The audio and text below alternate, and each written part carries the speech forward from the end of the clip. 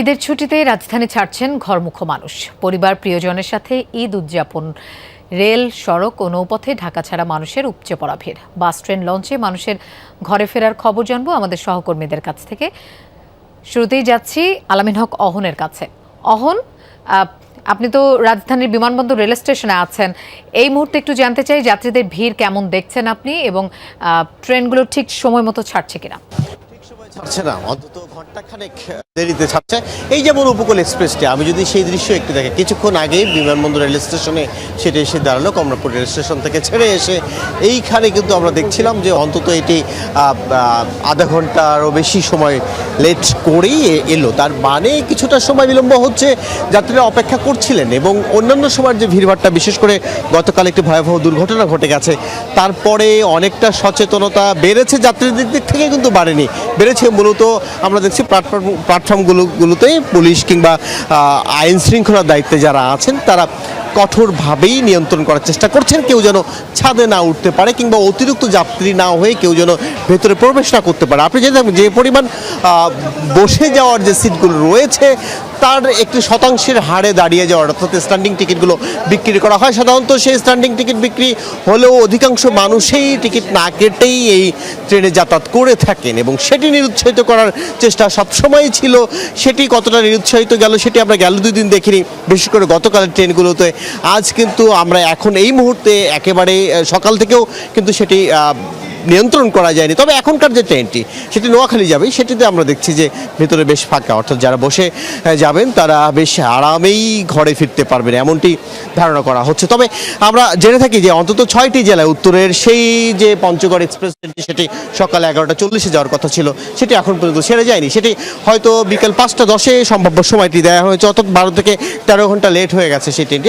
সেটি একটি দুর্ঘটনার কারণে। এবং সেই যে উত্তরের 6 থেকে 7টি জেলার যে ট্রেনগুলো আছে সেটির কিন্তু শিডিউল বিপর্যয় একেবারে চরমে। তারপরেও এই যে অন্যান্য ট্রেনগুলো সেটি ঘন্টাখানেক পর্যন্ত শিডিউল বিপর্যয়ের মুখে পড়েছে, এবং সেটি যাত্রীরা মেনে নিচ্ছেন, বলছেন যে দিন শেষে কষ্ট করে হলেও ঘরে ফেরার যে আনন্দ সেটি নিশ্চয়ই মাতৃমাত্রা যোগ করে ঈদে তারা ঘরে ফিরতে চান। সেটি একটু কষ্ট হলেও সেটি যে কারণে ঘন্টাখানেক কিংবা আধা ঘন্টা সেটি যদি দেরিতেও ছেড়ে যাচ্ছে ট্রেনটি, তাতে আসলে তাদের মধ্যে যাওয়ার যে ক্লান্তি সেটি আমরা দেখছি না। অর্থাৎ দিন শেষে ঘরে ফেরার যে আনন্দ সেটি যাত্রীদের চোখে মুখে এখন দেখা যায় কতটা স্বস্তির যাত্রা নিয়ে তারা ঘরে ফিরতে পারেন। লোপা, অহন, আপনাকে ধন্যবাদ আমাদের সাথে যোগ দেওয়ার জন্য। দর্শক, আমরা এবার সদরঘাটে যেতে চাই। আমরা দেখতে পাচ্ছি ইতিমধ্যে আরিফুর রহমান সবুজ আমাদের সাথে যোগ দিয়েছেন। সবুজ, এই মুহূর্তে লঞ্চে চাপ কেমন দেখছেন, আর যাত্রীদের ভাড়া নিয়ে কোনো ধরনের অভিযোগ আছে কিনা? লোপা, মূলত গতকাল থেকেই দক্ষিণবঙ্গের অর্থাৎ সদরঘাটে যারা লঞ্চে করে মূলত বাড়ি ফিরেন, সেই এলাকায় বা সদরঘাটে যাত্রীর যে চাপ সেটি বাড়তে শুরু করে, এবং আজকে সেই চাপটি আরও অনেক গুণ বেড়ে গিয়েছে। অর্থাৎ আজকে যেহেতু সর্বশেষ কর্মদিবস, সেই কারণে যারা আজকে মূলত অফিস করেছেন বা কর্মক্ষেত্রে ছিলেন, আজকে কর্মক্ষেত্র শেষে তাদের আজকে ছুটি হয়েছে। সেই কারণে দুপুরের পর থেকে যাত্রীর যে চাপ ছিল, অর্থাৎ গতকালকে আজকে সকাল পর্যন্ত যে যাত্রীর চাপ ছিল তার চেয়ে কয়েক গুণ আসলে যাত্রীর চাপ এখানে বেড়েছে। এবং যেহেতু সন্ধ্যা 7টা বা 8টা পর্যন্ত লঞ্চগুলো ছাড়বে, এরপরে সব লঞ্চগুলো এখান থেকে আর ছাড়তে দেওয়া হবে না। সে কারণে খুব অল্প সময়ের মধ্যেই যাত্রীদেরকে মূলত যেতে হবে তাদের যে গন্তব্য, সেই কারণে মূলত এই চাপটি বেড়েছে। এবং ভাড়ার যে বিষয়টি, সেই টুকটাক অভিযোগ তো রয়েছেই, তবে বেশিরভাগ ক্ষেত্রে এখানে ভ্রাম্যমাণ আদালত কাজ করছে যেন বাড়তি ভাড়া কোনোভাবেই আদায় করা না হয়, এবং ক্ষেত্র বিশেষে ছাড়ও দেয়া হচ্ছে 15% পর্যন্ত, 15% পর্যন্ত।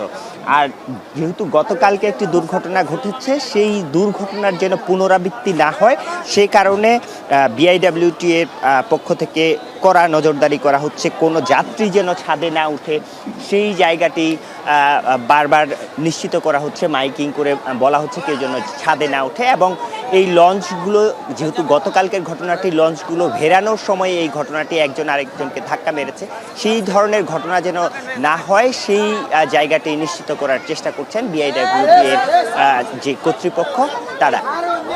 সবুজ, আপনাকে ধন্যবাদ আমাদের সাথে যোগ দেওয়ার জন্য। দর্শক, আমরা এবার গাবতলীতে যেতে চাই। তানভীর মৌসুমকে আমরা দেখতে পাচ্ছি। তানভীর, কি অবস্থা দেখছেন গাবতলী বাস স্ট্যান্ডে? যাত্রীদের ভিড় কেমন এবং তারা কি বলছেন? কোনো ধরনের অভিযোগ তারা করছেন কিনা? লোপা, অভিযোগের বিষয়টা দিয়ে আসলে শুরু করি। যে অভিযোগের বিষয় বলতে চাই, গত কয়েকদিন ধরেই দেখা যাচ্ছে যে বাড়তি ভাড়া নিয়ে একটি অভিযোগ আসছে, এবং বাড়তি ভাড়ার বিষয়টি হচ্ছে যে নির্ধারিত যে ভাড়াটি থাকে বা অন্যান্য সাধারণ সময় যে ভাড়াটি থাকে তার থেকে 1.5 গুণ 2 গুণ বেশি ভাড়া নেওয়ার অভিযোগ কিন্তু উঠেছে। অনেকেই সেই অভিযোগ করছেন। রংপুরের ক্ষেত্রে, বগুড়ার ক্ষেত্রে, এরকম বেশ কিছু জায়গায় আমরা দেখেছি যে এ ধরনের অভিযোগগুলো আছে। তবে ভিড়ের কথা যদি বলতে চাই, ভিড় আজকে তুলনামূলক একটু কম, এবং আমরা দেখেছি যে আসলে এখন পর্যন্ত এই সময়টাতে খুব একটা ভিড় নেই, কারণ গতকালকে একটি বড় যাত্রীদের চাপ গিয়েছিল, এবং সেই চাপটি কিন্তু আসলে আমরা দেখেছিলাম যে এখানে যেখানে আমরা দেখেছিলাম যে এখানে সেই চাপটি কিন্তু আজকে গতবারের তুলনায় কিছুটা, গত দিনের তুলনায় কিছুটা হলেও কম। লোপা। তানভীর, আপনাকেও ধন্যবাদ আমাদের সাথে যোগ দেওয়ার জন্য।